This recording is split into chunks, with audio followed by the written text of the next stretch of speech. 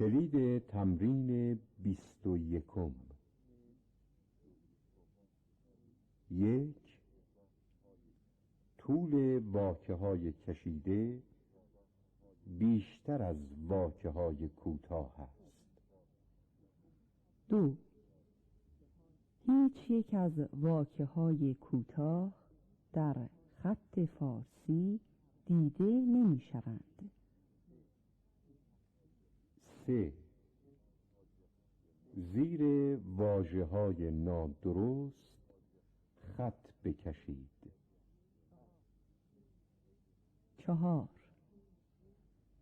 صدای ژ در زبان فارسی کم است. 5.